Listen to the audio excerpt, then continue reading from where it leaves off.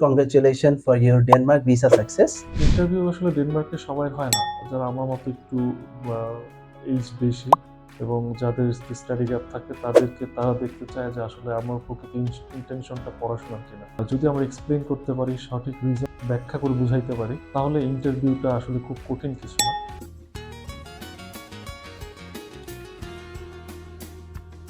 Hello everyone, welcome to another visa success story session of SmartBee. Today we have Noyan Bhaiya with us. Hello Noyan Bhaiya, কেমন আছেন? আলহামদুলিল্লাহ, আমি অনেক ভালো আছি। আপনি কেমন আছেন? আলহামদুলিল্লাহ ভাইয়া। First of all, many congratulations for your Denmark visa success. ভাইয়া, আপনি কোন ইউনিভার্সিটিতে যাচ্ছেন এবং কোন প্রোগ্রামে যাচ্ছেন?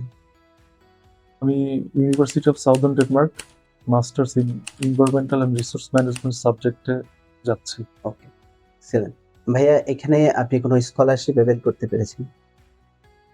স্কলারশিপ অ্যাভেল করতে পারি নাই, তারপরও যেহেতু এটা পাবলিক ইউনিভার্সিটি, তো পোস্ট স্টাডি ওয়ার্কের একটা অপরচুনিটি আছে বলেই আমি এই অফারটা অ্যাকসেপ্ট করেছি। ভাইয়া, বাংলাদেশের স্টুডেন্টদের জন্য different types of higher destination আছে, বাট সেক্ষেত্রে আপনার ক্ষেত্রে আপনি কেন ডেনমার্ককে বেছে নিলেন? ডেনমার্ক বেছে নেওয়ার পিছনে অনেকগুলো কারণ আছে। এর মধ্যে অন্যতম একটা কারণ হচ্ছে এখানে আমার এডিশনাল কোনো ব্যাংক স্টেটমেন্ট বা সাপোর্টের প্রয়োজন হয় না। দ্বিতীয়ত, ডেনমার্কে প্রাইভেট ইউনিভার্সিটির পাশাপাশি অনেকগুলো পাবলিক ইউনিভার্সিটি আছে। সেখানে অধ্যয়ন করার তুলনামূলক কম্পারেটিভলি চিপ হয় এবং অধ্যয়ন শেষে একটা দীর্ঘমেয়াদী 3 বছরের একটি পোস্ট স্টাডি ওয়ার্ক পারমিট পাওয়া যায়। আর অন্যান্য কারণ হচ্ছে ডেনমার্ক ইউরোপের অন্য একটা কান্ট্রি যেখানে টপ নচ এডুকেশন পাওয়া যায়। জি, সেক্ষেত্রে আমাদের স্মার্টবির সার্ভিসটা কিরকম ছিল? এক কথায় অসাধারণ। স্মার্ট বি আমাকে অনেক সাপোর্ট করেছে, স্পেশালি যখন প্রসেসিংগুলো চলমান ছিল। আমি অফিস আওয়ারের বাইরেও তাদেরকে অনেক ফোন দিয়েছি এবং তারা তাদের সাধ্যমতো যথেষ্ট চেষ্টা করেছে আমাকে সাপোর্ট দেওয়ার। বাংলাদেশের স্টুডেন্টদের ক্ষেত্রে ইউরোপের যখন ভিসা সাবমিশন হয় তখন ভিসার এম্বাসি কর্তৃক কিছু কোয়েশ্চেনারিজ থাকে, ইন্টারভিউ সেশন থাকে। আপনার ইন্টারভিউ সেশনটার সম্পর্কে আমাদেরকে একটু হাইলাইট করলে আমাদের স্টুডেন্টদেরকে অনেক উপকার হবে।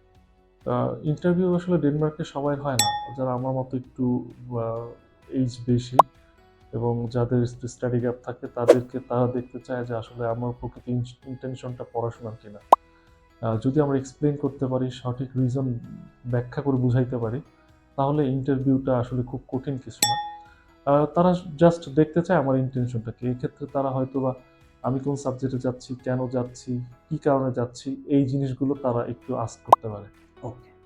আর আর সর্বসাকুল্যে আমাদের সার্ভিস নিয়ে আপনি কি কাউকে রিকমেন্ড করবেন কিনা? অবশ্যই স্মার্ট বি খুব ভালো একটি প্রতিষ্ঠান। শুধুমাত্র আমি বলব সেই জন্যই না, আপনারা আসবেন।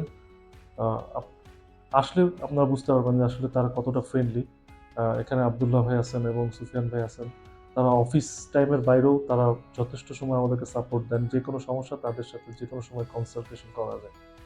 তো আমি রিকমেন্ড করব আপনাদের আ চেষ্টা করবেন যেন স্মার্ট ভিতে একবার আসার। Thank you so much once again, and we wish you best of luck for your Europe higher education, especially in Denmark. Welcome. Thank you.